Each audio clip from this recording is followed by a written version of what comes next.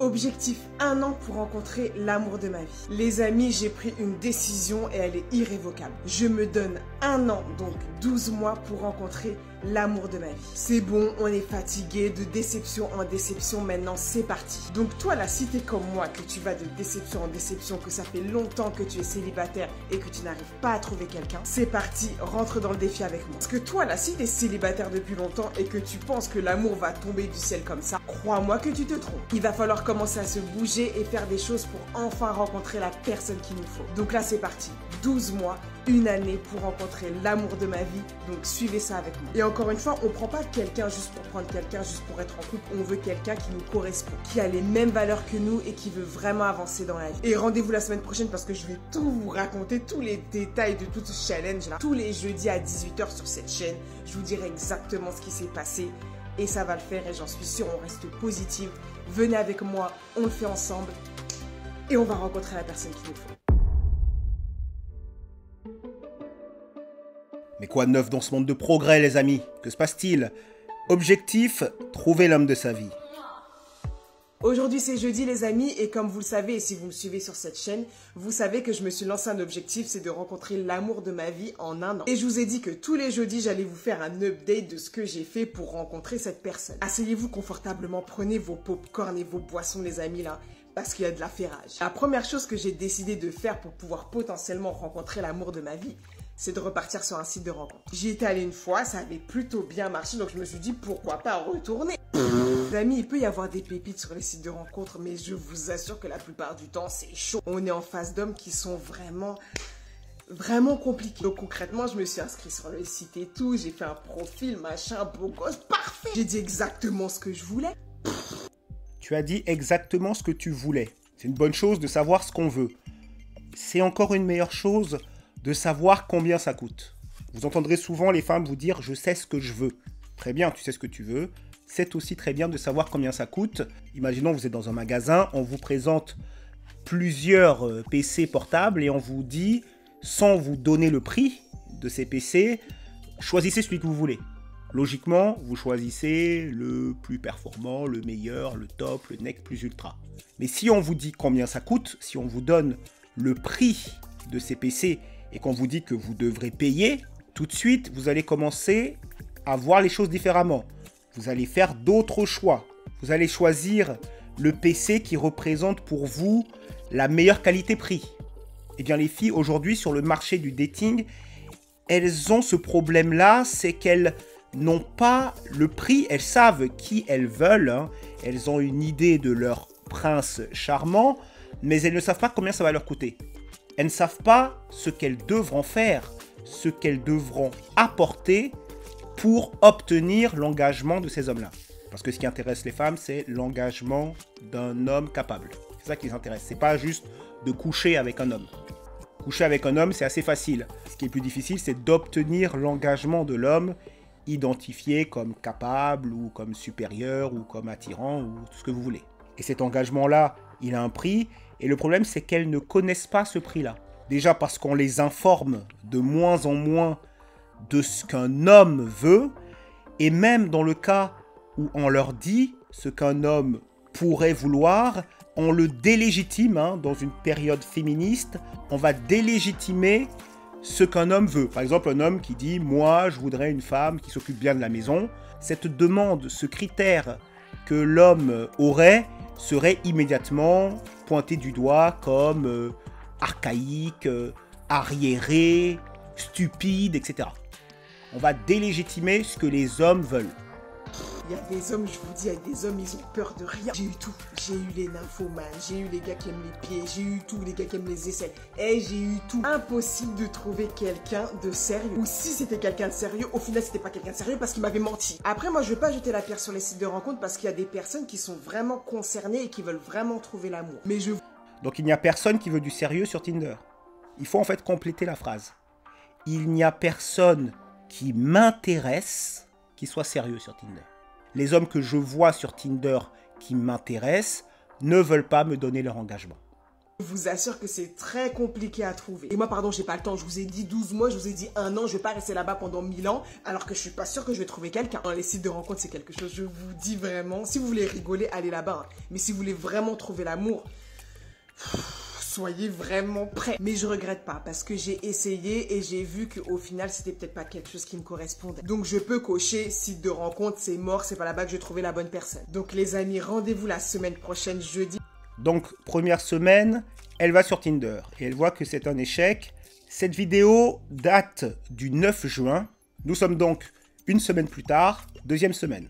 Aujourd'hui, c'est jeudi, les amis, et bienvenue dans l'épisode 2 de la saison « Je rencontre l'amour en un an ». Pour les personnes qui ne me connaissent pas, je suis extrêmement casanière, je n'aime pas sortir, j'aime pas ça, ça m'intéresse pas. Donc concrètement, j'ai décidé de sortir de ma zone de confort et aller dans un bar. Comment vous dire que... Seigneur, je comprends pourquoi je suis casanière. Beaucoup de monde, trop de monde. Mais j'y suis allée en bonne compagnie, voilà, c'était cool, bonne musique et tout, boire un verre, Mais que des enfants. 16, 17, 18, 19, 20, 22, je sais pas, mais que des gamins. J'avais l'impression d'être la tantine du truc. Après, j'exagère un petit peu parce qu'il y avait quand même des personnes de mon âge. Mais c'est vrai que c'était beaucoup d'enfants. Mais c'était cool, ça m'a permis vraiment de retourner dans le bain du truc, de resocialiser parce que je suis pas très sociable. Puis surtout, ce qui est super intéressant, c'est de voir qu'en fait, on plaît. Parce que quand on sort d'une rupture, même si on a confiance en nous, on peut être un petit peu chafouin et se dire, bon, est-ce que je plais encore, est-ce que je vais plaire encore, etc., etc. Concrètement, le fait d'être sorti comme ça dans un bar, j'ai vu que oui, je pouvais plaire encore. J'aurais pu, hein, honnêtement, je vous dis, j'aurais pu, mais concrètement, je le voyais, je le sentais que c'était pas des personnes qui allaient me correspondre. Ça allait pas le faire. Et encore une fois, comme je suis dans un objectif de rencontrer l'amour de ma vie, on est sur quelqu'un qui est censé me correspondre. Donc, concrètement, c'est quoi l'homme qui te correspond? Ça aurait été intéressant qu'elle nous en dise plus là-dessus. Cette sortie a été un échec. Et encore une fois, je ne perds pas espoir. C'est pas parce que le site de rencontre a été un échec, que cette sortie a été un échec, que je vais m'arrêter là. On va continuer. On va continuer à faire des choses pour rencontrer l'amour de sa vie. Donc... Elle n'a pas du tout tort de faire cette démarche-là. C'est une bonne démarche. Surtout à la date d'aujourd'hui, dans une période féministe où on décourage de plus en plus les hommes d'aller draguer les femmes. On a du coup des hommes qui abordent de moins en moins les femmes. C'est donc la conséquence logique. Les femmes devront un peu plus aller vers les hommes au lieu de simplement attendre. À la base, elles aiment bien attendre et les hommes viennent vers elles. Mais ça, à cause de l'époque dans laquelle on vit, ça se passera de moins en moins. On passe donc à l'épisode suivant, troisième partie. Donc pour cette troisième chose que j'ai décidé de faire pour rencontrer l'amour de ma vie, les amis, en roulement de tambour, je suis allée à la boxe. Et oui les amis, votre dame là, qui n'aime pas le sport, qui fait pas de sport, qui n'a pas le temps pour le sport, j'ai décidé de m'inscrire à un cours de sport, à un cours de boxe. On sait jamais, peut-être qu'il y a moyen de moyenner à la boxe, je sais pas, je mets mes petits gants et tout, je commence à taper les gens. On sait pas, peut-être que c'est là que je vais rencontrer l'amour de ma vie. Donc je suis... C'est pas du tout idiot, surtout pour les femmes qui aiment les hommes masculins. Aller voir des hommes qui font de la boxe, ça peut parfaitement être une bonne idée. Je suis là, j'arrive à la salle et tout, jogging, basket, nanani, nanana, je suis là, je suis préparée. On était quand même fraîche, je vous le dis, j'étais quand même fraîche dans mon habit de boxe. Et j'arrive et... Concrètement, on n'était que des filles. Et bizarrement, en fait, l'entraîneur de boxe, parce que je me suis dit peut-être ce sera l'entraîneur de boxe là que je vais aller goûter. L'entraîneur de boxe, je le connaissais. C'était quelqu'un que je connaissais à l'ancienne. Donc j'ai fait mon cours de boxe, je me suis défoncée et tout machin. J'ai craché tout ce que j'avais à cracher là sur le punching ball. C'était une séance intéressante, c'était très intéressant. C'était pas le but. Mais au final, ça m'a fait beaucoup de bien. Ça m'a permis d'extérioriser tout ce que j'avais extériorisé et de relâcher une certaine pression que je pouvais avoir. Donc oui, concrètement, c'est un échec. C'est pas là-bas que j'ai rencontré l'amour de ma vie. Mais au final, ça m'a fait beaucoup de bien. Donc voilà les amis, malheureusement, partie 3 est un échec. Je n'ai pas encore trouvé l'amour de ma vie. Mais on continue à chercher, on lâche pas l'affaire. Je vais trouver, hein. Je sais que je vais trouver. Et je vous le dis, abonnez-vous, préparez-vous parce que j'ai prévu des choses. Vous imaginez même pas. Donc, troisième semaine, elle est allée à la boxe, c'est un échec. Semaine 4. Pour cet épisode 4, les amis, j'ai décidé de faire un truc que je n'avais jamais fait. Après le travail, dans ma pause du midi, j'ai décidé d'aller manger toute seule. Je suis allée dans un restaurant, en fait, pour aller manger toute seule. Je suis allée à Courtepaille et vous savez, les gens, vous savez que c'est là-bas où les gens qui travaillent, etc., ils vont manger là-bas en rapidos. Et avec la chance légendaire que j'ai, je me suis retrouvée, je sais pas si c'était une association ou quoi aux caisses, que des vieux de plus de 70 ans. Ils avaient pris toutes les tables et il n'y avait que des vieux. Et je ne pouvais pas quitter parce que je n'avais plus le temps, parce qu'il fallait que je mange et qu'il fallait que je parte. Donc je me suis retrouvée dans le petit restaurant avec que des vieux autour de moi. Et ma fourchette, mon couteau et voilà. Et je vous ai déjà dit, moi les papilles gâteaux, c'est pas mon truc. Donc voilà les amis, encore un échec cuisant. Mais je ne perds pas espoir, je sais pertinemment que je vais trouver. Je vais continuer à chercher et ça va le faire. Semaine 5. Bienvenue dans l'épisode 5 de la saison. Je vais rencontrer l'amour en 12 mois. Si vous voulez voir les autres vidéos, elles sont dans ma playlist, allez checker. Donc pour cet épisode 5 les amis, vous allez savoir ce que j'ai fait, ce que j'ai entrepris pour trouver l'amour de ma vie. J'ai décidé concrètement d'aller parler à ma famille, à mes amis, pour leur déclarer les bails. Je suis allée les voir et je leur ai dit, aujourd'hui je suis célibataire, je veux rencontrer l'amour de ma vie. Donc si vous connaissez quelqu'un, un pote, ou si vous connaissez quelqu'un qui connaît quelqu'un qui est célibataire, qui veut vraiment se poser, c'est parti, c'est pour moi. J'ai décidé d'envoyer ma famille et mes amis au charbon pour m'aider à trouver cette personne. Parce qu'encore une fois, on ne sait jamais les amis. Et en plus, comme c'est des personnes qui connaissent vos amis ou votre famille, c'est pas quelqu'un qui va vous faire du mal. Parce que cette personne, elle sait qu'elle va le payer. Donc moi, je vous le dis, si vous êtes célibataire depuis longtemps et que vous recherchez quelqu'un, n'hésitez pas à demander à quelqu'un s'il connaît quelqu'un. De toute façon, qu'est-ce qu'on a à perdre à demander? Et donc concrètement... Alors, c'est pas idiot du tout. Une fois de plus, c'est quelque chose qui peut porter ses fruits. Par contre, elle demande qu'est-ce qu'on a à perdre. Il y a beaucoup de femmes qui ne vont pas demander ça à leur entourage parce que ça fait un peu désespéré. Donc elles ne vont pas le faire. Généralement même, lorsque l'entourage d'une femme voit qu'elle est depuis un peu trop longtemps toute seule, ils vont commencer à jouer un petit peu les entremetteurs. Ils vont commencer à vouloir lui présenter des amis, à vouloir lui présenter des gens. Et c'est plutôt la fille en question qui va être un petit peu gênée de voir son entourage essayer de lui refourguer de potentiels partenaires. Donc qu'est-ce que ça va coûter? Pas grand-chose, mais pas grand-chose uniquement si on met de côté l'ego. Parce qu'au niveau de l'ego, ça peut parfois poser problème. Et donc concrètement, je l'ai fait. Et ça a été un échec cuisant encore une fois. Ça a été un échec cuisant pour moi bien sûr, parce que tout le monde est en couple autour de moi. Même les gens qui sont autour de mon entourage sont en couple. Donc... Et ça, c'est ce qui leur met le plus la pression. Quand elles ont tout le monde en couple autour d'elles. Malheureusement, pour moi, ça va être compliqué de trouver quelqu'un grâce à mon entourage. Mais je ne perds pas espoir, encore une fois. Je vous dis, je vais trouver cette personne. Et j'ai encore plein de choses à faire pour la trouver. Mais vous... Je trouve que c'est une très bonne idée. Mais au bout de cette 5e semaine, terminé. Elle a une page complètement dédiée au contenu relation homme-femme. C'est une coach en relation, une conseillère en relation. Vous appelez ça comme vous voulez. Vous avez ces playlists, ces fameuses playlists qui sont là. 12 jours pour oublier ton ex t'a bloqué. Et à mon grand dame, à mon grand désespoir, je ne trouve plus la playlist Trouver un homme en un an. La playlist a disparu, donc je ne voyais plus cette rubrique tous les jeudis. Elle a donc tout simplement abandonné. Donc elle a commencé en juin. Et donc la partie 5, la dernière partie disponible, c'est le 18 juillet. Donc elle a arrêté au bout de 5 semaines. Elle a fait quoi? Donc elle est allée sur Tinder pendant une semaine donc. Et elle a arrêté. Elle est ensuite allée au resto une fois. Puis à la boxe une fois. Après la boxe, je me suis dit, bon, cette fois-ci elle est tombée que sur des filles. On va un petit peu améliorer le plan. On va essayer de voir quand est-ce que les hommes vont s'entraîner dans cette salle. C'est ce que je me suis dit, c'est que le début. Eh bien non, elle n'y est plus allée. Elle allait une fois dans un bar pour nous dire que les gens étaient trop jeunes. Semaine 5, elle délègue à sa famille et à son entourage la recherche d'un homme. Et c'est terminé. Au départ, elle nous avait pourtant dit qu'elle se donnait 1 an pour trouver un homme. Elle a à peine recherché plus d'1 mois. Et ça nous dit quelque chose sur la valeur qu'elle accorde à l'engagement d'un homme. Parce que c'est ça qu'elle recherche. C'est l'engagement d'un homme valable. Et ça nous donne la valeur qu'elle accorde à cette quête. Elle a tout simplement abandonné au bout de 3 sorties et 1 semaine de Tinder. Et ça nous montre une certaine nature féminine. Normalement, elles ne sont pas censées galérer pour trouver quelqu'un. Normalement, les hommes viennent à elle et elle choisit, elle sélectionne parmi les hommes qui viennent vers elle, elle choisit l'homme qu'elle veut.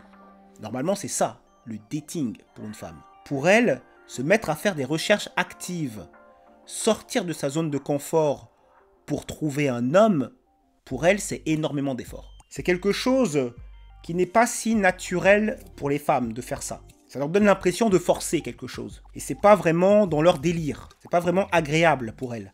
Et quelque part, j'ai envie de vous dire que même si son idée n'est pas mauvaise, sortir de sa zone de confort pour trouver un homme, ce n'est pas une mauvaise idée. Mais je pense que le souci, il se situe même pas là. Le souci, il se situe ailleurs. Cette femme, c'est pas une femme laide. Ok, c'est pas non plus la plus belle du monde, mais elle n'est pas du tout laide. Cette femme a plus de 30 ans, et si aujourd'hui, elle n'a pas d'homme, c'est pas parce qu'elle peut pas en avoir. Vous pensez que cette femme-là, il n'y a pas d'homme pour elle? Vous pensez qu'il n'y a pas un homme correct pour elle? Il y en a des tas, des hommes corrects pour elle. C'est juste que les hommes disponibles pour elle, elle n'en veut pas. Comme d'habitude. L'homme qui lui correspond est un homme de plus haut calibre. C'est pour ça qu'elle galère. Elle va vers les hommes qui ne veulent pas s'engager sérieusement avec elle. Nous sommes maintenant 6 mois après qu'elle ait initié cette quête, qu'elle ait initié cette mission de trouver en un an l'homme de sa vie.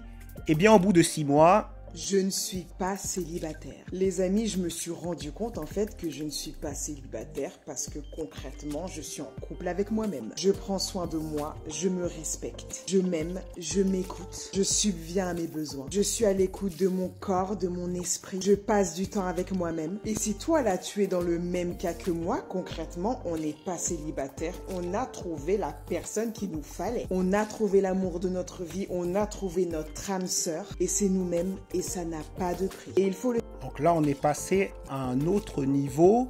Est-ce qu'on peut appeler ça du déni? Est-ce qu'on peut appeler ça du coping? Coping, c'est quoi? C'est un terme anglo-saxon qui désigne le fait de faire face à quelque chose, de survivre psychologiquement à quelque chose, de garder la tête haute face à quelque chose. On parle de coping mécanisme, un mécanisme de protection qui permet à l'esprit de survivre, de ne pas s'écrouler. Le coping mécanisme, on se demande si elle n'est pas dedans, elle n'est plus célibataire parce qu'elle est en couple avec elle-même. Vous avez souvent ça dans les pays occidentaux. Ça va jusqu'à des femmes qui se marient à elles-mêmes. On appelle ça la sologamie. C'est vraiment le constat d'échec. Mais c'est quelque chose qu'on voit de plus en plus souvent en Occident. Pour le savoir les amis, la situation dans laquelle on est en ce moment, s'aimer, se respecter, aimer notre solitude, aimer être avec nous-mêmes, être bien et se sentir bien grâce à nous-mêmes, fera que si un jour on a envie d'être en couple et qu'on rencontre quelqu'un, tout se passera très bien. On ne sera pas dans une relation toxique, on ne sera pas dans des relations bancales, parce qu'on aura appris à nous aimer. On ne cherchera pas à ce que la personne en face de nous nous donne l'amour que nous-mêmes on ne se donne pas. Eh bien ça c'est assez vrai. Quand une femme est désespérée de sortir avec quelqu'un, souvent elle finit dans les bras d'un homme pour qui elle a du désir, mais qui se comporte assez mal avec elle et à qui elle s'accroche plus ou moins désespérément. Donc ce point-là, je le valide. Mais par contre, on ne peut pas se dire « je ne suis pas célibataire ». Ça par contre, c'est du déni. Elle nous aimera simplement et naturellement et il n'y en aura pas plus et on n'étouffera pas la personne. Voilà, donc là c'est la confirmation, hein. On n'étouffera pas la personne. Les femmes sont dans cette situation-là, étouffer la personne avec qui elles sortent quand elles identifient l'homme comme supérieur. Parce que lorsqu'elles sont avec un simp, un bêta, c'est le contraire. Lorsque c'est l'homme qui la met sur un piédestal, qui se plie en 4 pour elle, qui fait tout pour elle, je peux vous dire que c'est l'homme qui l'étouffe. Donc là, ça ne fait que confirmer ce qu'on pouvait pressentir. Nous sommes maintenant le 21 novembre. Écoute-moi bien, si tu vois une femme qui est bien, qui est heureuse, qui est bien dans sa tête, qui est bien dans son corps, qui brille de mille feux, même le soleil est étonné de voir à quel point elle brille, qui est bien financièrement, professionnellement, tu la vois même parfois elle marche toute seule, elle fait son shopping toute seule, elle va au restaurant toute seule, au cinéma toute seule, et tu vois... Les filles détestent aller au cinéma et au restaurant toute seule. Sortez un petit peu, allez au cinéma, allez au resto, même dans un petit resto, hein. Pas seulement dans les restos chics, hein. Même dans les petits restos, dans les fast-food, même dans un kebab. Sortez, allez dans un resto et voyez combien de femmes y vont toutes seules. Vous allez voir que c'est très très rare. La très grande majorité des femmes détestent faire ça. Tu vois, fais pas la gueule, hein. Elle est là, elle est souriante, elle est pimpante. Même toi-même, quand tu la vois, tu te dis, mais comment ça se fait qu'elle est heureuse comme ça? Tu la vois, elle est tout le temps en train de voyager, elle fait ses voyages toute seule. Écoute-moi bien, en général, et j'ai bien dit en général, cherche pas, elle est célibataire. Le célibat, là, nous, pour les meufs, là, qui assumons notre célibat, il nous va tellement bien. Quand tu utilises ce célibat pour travailler sur toi-même, pour être bien avec toi-même, pour kiffer la vie, t'aimer, te respecter, savoir ce que tu veux, ce dont tu as besoin pour être heureuse, qui te peut? Qui te peut ici? Donc toi là, si tu vois ce genre de femme là et que tu es attiré par ce genre de femme, tu la vois, tu te dis elle est chocolatée, etc., etc. Si t'as pas les épaules, ne va pas, ça sert à rien. Il va falloir te lever de bonne heure, même 5 heures du matin, c'est pas suffisant. Parce que Elle vous parle d'elle-même là. Ce n'est pas un hasard quand une femme reste célibataire. Ce sont des femmes qui ont d'énormes standards. Elles ont des exigences qui ne correspondent pas du tout à la réalité du marché de la rencontre. Et surtout, elles ont des exigences qui ne correspondent pas à leur qualité. Lorsque vous avez des qualités et des exigences qui ne sont pas du tout alignées, vous restez célibataire. Et c'est très souvent ce qui se passe. Cette femme vous dit que parce qu'elle travaille, parce qu'elle est bien professionnellement, vous devez vous lever à 5 heures du matin et encore, pas sûr, hein, vous devez vous plier en 4 pour elle et encore, pas sûr que vous aurez ses faveurs. Les femmes ne sont pas célibataires par hasard. Elle fait des voyages toute seule, elle fait tout toute seule. Une femme qui fait tout toute seule, c'est un gros red flag. Elle n'est pas censée être toute seule, faire toutes les activités toute seule. Une femme qui fait ça, c'est juste qu'elle n'a pas assez d'amis pour l'accompagner ou qu'elle n'a pas d'homme pour l'accompagner, c'est tout en fait. Elle ne sait pas garder un homme et peut-être même qu'elle ne sait pas garder ses amis. C'est en vérité une démonstration de grande faiblesse. Et elle veut transformer ça en un atout. Hein, elle veut nous faire croire que c'est un atout. Une femme BCBG, vous imaginez la femme BCBG qui se la pète à fond la caisse et qui pense avoir une énorme valeur parce qu'elle a réussi professionnellement. Les hommes ne vont pas trouver une femme plus attirante parce qu'elle a réussi professionnellement. Hein, ce sont les femmes qui trouvent les hommes plus attirants lorsque ces hommes représentent la réussite. Ce sont les critères de femmes lorsqu'elles cherchent un homme. Les hommes n'ont pas ces standards-là lorsqu'ils recherchent une femme. Les hommes, ils cherchent juste une femme belle, c'est vrai, belle, gentille, simple, agréable à vivre. C'est juste ça que les hommes cherchent. Ils ne cherchent pas forcément des femmes qui gagnent super bien leur vie, etc. Elle, là, pour la sortir de son célibat, il va vraiment falloir avoir les épaules. Parce qu'elle a choisi. Elle va nous expliquer qu'un homme, en plus un homme de haut calibre, hein, c'est ça qu'elle veut, hein, elle ne veut pas des hommes moyens. Hein. Elle va nous expliquer qu'un homme de haut calibre doit se plier en 4 pour qu'elle daigne sortir de son célibat. C'est ça qui vous montre à quel point beaucoup de femmes modernes ont complètement perdu de vue les notions les plus basiques de la dynamique sociale. L'engagement n'est pas l'objectif des hommes. L'engagement, c'est l'objectif des femmes. Et qu'une conseillère en relation n'ait pas compris ça, c'est assez grave. C'est pour vous dire l'incompétence de ces soi-disant coachs ou conseillères relationnelles. Les hommes n'ont pas comme objectif l'engagement. C'est votre objectif, les femmes. C'est vous, les femmes, qui avez comme objectif l'engagement. L'homme, il va juste venir dans ta vie, il va voir s'il y a moyen d'avoir du sport en chambre ou pas. S'il voit qu'il n'y a pas moyen, il trace sa route. S'il voit qu'il y a moyen, parce que tu le désires, parce que tu le trouves attirant, eh bien, il va faire sa petite affaire. À moins que tu sois une femme qui est convaincue, un homme, surtout un homme de haut calibre, un homme qui a des options. À moins que tu sois une femme qui l'est convaincue que c'est dans son intérêt à lui de s'engager avec toi, il ne s'engagera pas avec toi. C'est complètement à côté de la plaque que de penser que ton homme de haut calibre va se battre pour te sortir du célibat. À la limite, un homme un peu désespéré, un homme prêt à donner son engagement facilement, lui, il va faire ça. Mais un homme qui a des options ne le fera pas. Choisi le célibat. Elle a choisi d'être seule parce qu'elle pourrait être en couple avec Pierre-Paul, Jacques, Pierre-Henri et tout ce que tu veux. Elle ne veut justement pas être en couple avec Pierre-Paul, Jacques, Pierre-Henri. Elle ne veut pas être en couple avec un homme moyen. Les femmes qui restent célibataires très longtemps, c'est ça la vraie raison. C'est qu'elles ne veulent pas être en couple avec l'homme moyen. Elles pensent qu'elles sont supérieures à l'homme moyen. Elle a choisi. Donc bon courage si tu es attiré par ce type de femme parce que vraiment, ça va être très compliqué. Et les hommes ont parfaitement compris ça. C'est pour ça que les hommes ne se dérangent plus pour les femmes qui se disent très bien célibataires, très heureuses célibataires. Les hommes ne vont plus s'embêter pour vous. Quelle est la star qui vous ferait sortir de votre célibat? Les amis, ici, on va parler de célibataires endurcis qui sont bien dans leur célibat, qui sont contents d'être célibataires, qui ont choisi le célibat. Cette star-là, influenceur, sportif, tout ce que vous voulez, elle se présente à vous là. Et même si t'es dans ton célibat parfait, tu rentres dans l'amour. Tu repars sur le chemin du couple, etc., etc. Pour ma part, je vous le dis, moi je suis très bien dans mon célibat, je suis célibataire et fière de l'être. Voilà, bref, vous savez, vous avez déjà vu mes vidéos, vous savez. La star. Oui, on sait. Qui vient comme ça me dire bonjour, ça va, etc., etc. Dérogation. Dérogation pour Michael B. Jordan. Cet être de lumière, les amis, regardez-moi ce visage. Regardez. Bon, elle s'amuse. Elle rigole.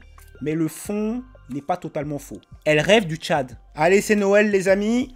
Cerise sur le gâteau. Les célibataires, levez les mains, les amis, levez les mains. Préparez-vous parce que notre jour de gloire n'est pas arrivé. Fête de fin d'année. Repas de famille. Questions et réflexions. Vous savez de quoi je parle. Ça arrive là, ça arrive, donc préparez-vous à ce type de phrase. Mais tu n'as toujours pas de chéri? Ah, toi aussi, t'es trop exigeante. Et puis tu travailles trop. Tu sais, la Ginette là maintenant, elle s'est mariée, elle a 56 enfants, alors que toi là, t'es là, tu n'as rien, tu n'as personne. L'horloge biologique, hein. Ça tourne, fais attention. Ah, tu devrais faire plus d'efforts, tu devrais faire ça et ça et ça. Le pire, c'est que tout ce qu'elle vient d'énumérer, tout ce que lui dit sa famille, c'est vrai. Tout est vrai. Absolument tout ce qu'on lui dit est vrai. Ce sont des gens qui sont dans la réalité. Elle est en train de se plaindre d'une liste de choses qu'on lui dit qui sont entièrement vraies. Tu es trop exigeante, on l'a vu, hein. Elle nous a donné toutes les preuves que c'est complètement vrai. Cette femme-là, si elle était réaliste, si elle avait des standards, des critères raisonnables, ça fait très longtemps qu'elle aurait un homme. Très longtemps qu'elle aurait un homme sérieux. Et d'ailleurs, c'est pas trop tard pour elle. Si elle devient raisonnable, elle trouve un homme à sa valeur. Il faut juste devenir raisonnable. Dès qu'une femme devient raisonnable, elle trouve un homme. Donc ils ont tout à fait raison quand ils lui parlent de ses exigences, quand ils lui parlent de l'horloge biologique. Ils ont tout à fait raison lorsqu'ils lui parlent de sa sœur qui a plusieurs enfants. C'est factuel. Tu te focalises plus sur ton travail que sur le fait de trouver quelqu'un. Tu fais pas vraiment ce qu'il faut pour trouver ton homme. Tout ça, c'est vrai. Tout ce qu'on lui a dit, c'est vrai. Mais ça lui plaît pas. Le seul conseil que je peux te donner, hein, c'est de ne pas faire d'esclandre. Répète-toi ça dans ta tête. Hein. C'est qu'une fois, c'est pas grave. Demain, c'est terminé. C'est qu'une fois, c'est pas grave. Demain, c'est terminé. Ou sinon, tu peux lâcher les chiens et dire tout ce que tu penses et tout ce que tu as envie de dire à ces personnes. Mais il peut y avoir des dommages collatéraux. Donc, moi, je sais pas ce que je te conseille. Vraiment, je ne te conseille pas de faire ça. Donc, courage. Courage à nous. Là, ça va pas être facile. Préparez-vous, en tout cas, psychologiquement et physiquement, à aller faire vos entraînements. Gardez votre calme, s'il vous plaît. Et dites-vous qu'après le 31 décembre, c'est terminé. Et oui, être célibataire, ce n'est absolument pas valorisant pour les femmes. Malgré tout ce que les féministes racontent, lorsque tu te retrouves devant ta mère, devant tes tantes, devant ta famille, c'est des gens qui t'aiment. Lorsque tu te retrouves face à eux, et surtout face à elles, c'est surtout les femmes qui vont te dire les choses clairement, elles vont s'inquiéter. Cette femme, comme je vous ai dit, a plus de 30 ans. Évidemment que les gens de sa famille vont s'inquiéter, ne serait-ce que pour une question de temps.